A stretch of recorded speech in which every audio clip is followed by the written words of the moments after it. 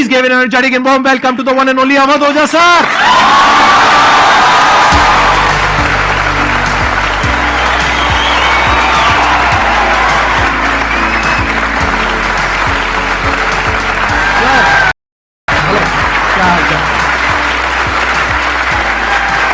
बैठिए जी, बैठिए आइए। Thank you.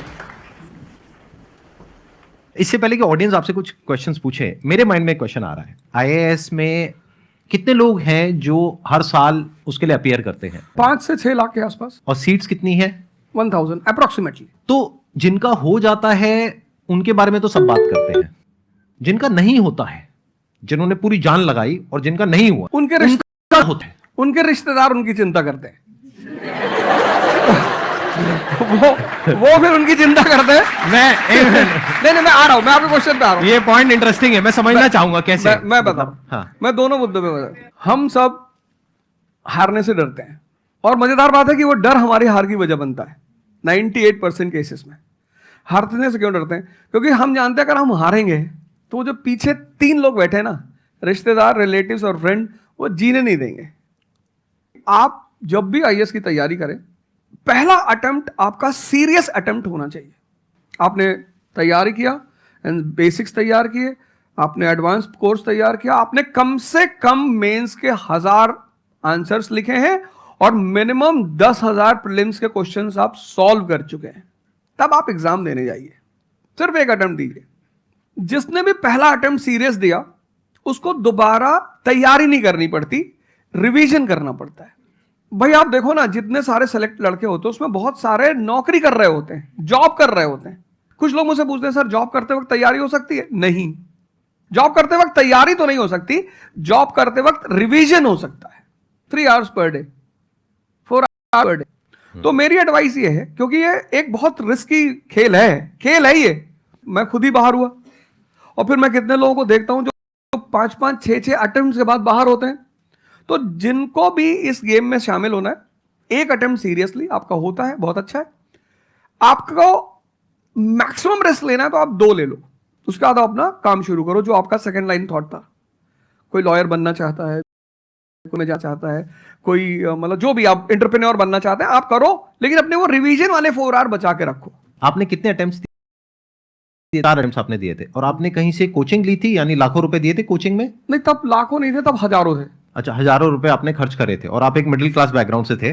तो टोटल 4 साल में आपका कितना पैसा लग गया होगा? रहना, खाना, पीना, और आपने तो पूरी तैयारी करी होगी, साथ में कुछ और नहीं किया होगा? I think so. कुछ नहीं किया, बिल्कुल। तो कितना आपका 4 साल में अच्छा खासा पैसा? 5-6 लाख रुपए लगे। 5-6 लाख रुपए उस समय लगे।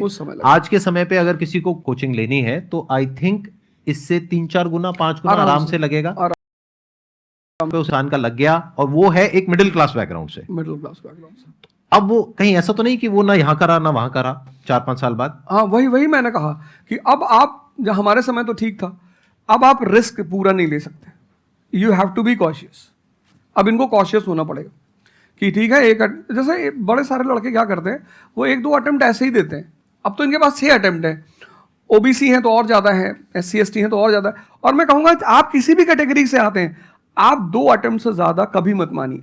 ये पॉइंट बहुत अच्छा है कि आइडियली आपको कि एक ही अटेम्प्ट है मेरे पास में, मैक्सिमम अगर आपकी फैमिली अफोर्ड कर सकती है तो 2 अटेम्प्ट है। उसके बाद में अपने काम पे ध्यान देना है, और इसको एज अ रिवीजन की तरह देखना है, मतलब इसको साथ साथ में चलाना है। ये नहीं कि अपने 5 साल या 6 साल लाइफ के सारे यही निकाल दिए और सारा पैसा घर वालों का लगा दिया, या उन्होंने खेत बेच दिया या लोन ले लिया। ऐसी बहुत कहानियां मैंने सुनी है सर लोगों की, और बहुत ही दर्द होता है ऐसी कहानियां देख करके। ऐसे लोगों की जो कहानियां हैं वो उसको सुन करके बहुत ही बुरा लगता है अंदर से। I want to ask how to fight the basically fear that we feel. Like there are lot many fears that we face, not only in studies but in each aspect of life. There is some kind of fear. How to come back? How to have that courage in life? Fear बड़ी प्यारी चीज है। हमने कुछ words को बड़ा negative बना लिया है। जैसे अब बच्चा है 2 साल का, उसको तो फियर होता नहीं, उसे कुछ पता नहीं, उसने कोबरा देखा, जाके पकड़ लिया। वो तो बाद में घर वालों ने देखा तो पता चला कि भैया कोबरा पकड़ के घूम रहा है। लेकिन हम बड़े हो गए ना, अब हम कोबरा देखेंगे तो वो हमारी बॉडी की जो मैकेनिज्म है वो हमें वार्न करेगी, अलर्ट करेगी। That is natural fear. वो अच्छी चीज है। जिस चीज की आप बात कर रहे हो वो फियर नहीं है, वो ओवर थिंकिंग है। आज का जो युवा है वो फियर से परेशान नहीं है, वो ओवर थिंकिंग से परेशान है।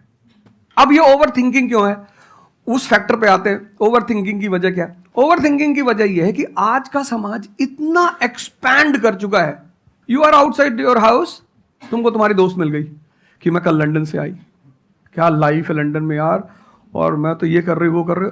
आपको लगा हम ही पागल है यार, आईएएस की तैयारी कर रहे हैं। फिर शाम को किसी फ्रेंड का फोन आ गया कि मैं तो अब ऑस्ट्रेलिया जा रही हूं, मैं तो वहीं सेटल हो जाऊंगी। 90s में हमारे पास इतने स्कोप नहीं थे। हमारी जो लाइफ थी वहां ओवर थिंकिंग इसलिए नहीं थी, आपने भी सर देखा होगा, क्योंकि हमारे पास इतने स्कोप नहीं थे। आज तुम्हारी जनरेशन में यू हैव मल्टीपल फील्ड्स, मतलब इतने सारे फील्ड्स ओपन है। तो जब तुम घूम के चारों तरफ देखते हो और तुम देखते हो कि तुम्हारे ही साथ के लोग बड़ी सारी फील्ड में एक्सेल कर रहे हैं, काम कर रहे हैं, अर्न कर रहे हैं, तो तुम्हारा दिमाग भागना शुरू करता है। फिर क्या होता है, हमारे पेरेंट्स हमसे ज्यादा ओवर थिंकिंग करते हैं, क्योंकि बड़े हमको लेकर कॉशियस होते हैं। हाँ। एक हमने ओवर थिंकिंग की, हम अपना संभाल लेंगे किसी तरह। हम घर के अंदर गए, मम्मी रो रही है कि वो निशा मिली थी, 20 लाख का पैकेज है उसका। दूसरा प्रेशर तुम्हारे ऊपर आ गया। ये जो प्रेशर हम मल्टीपल फेस करते हैं, तो एक तुम्हारा प्रेशर, एक माँ बाप का प्रेशर। पता लगा बुआ जी ने रात में फोन कर दिया, क्या कर रही हो जी? तुम सारे लोग प्रेशर से लड़ रहे हो इस वक्त, मल्टीपल फ्रंट पे। ये कोई फियर उयर नहीं है। ये प्रेशर दूर कैसे होगा, इस पे थोड़ी सी बात कर ले। जहां इंटरनल ताकत है वहां कॉन्फिडेंस है। आज का युवा क्या कर रहा है?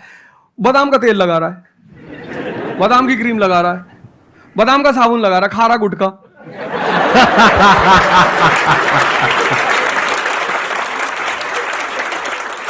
आप लोगों को चूंकि हर तरफ प्रेशर झेलना है, तो प्रेशर झेलने का सबसे अच्छा तरीका होता है इंटरनल पावर।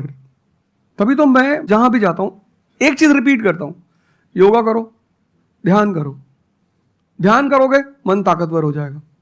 सर आपने जैसे कि अभी बोला कि ये एक्सरसाइज करो, योगा करो, तो पहले तो मैं फिजियोथेरेपिस्ट हूँ, ठीक है। मैं सुबह से मतलब योगा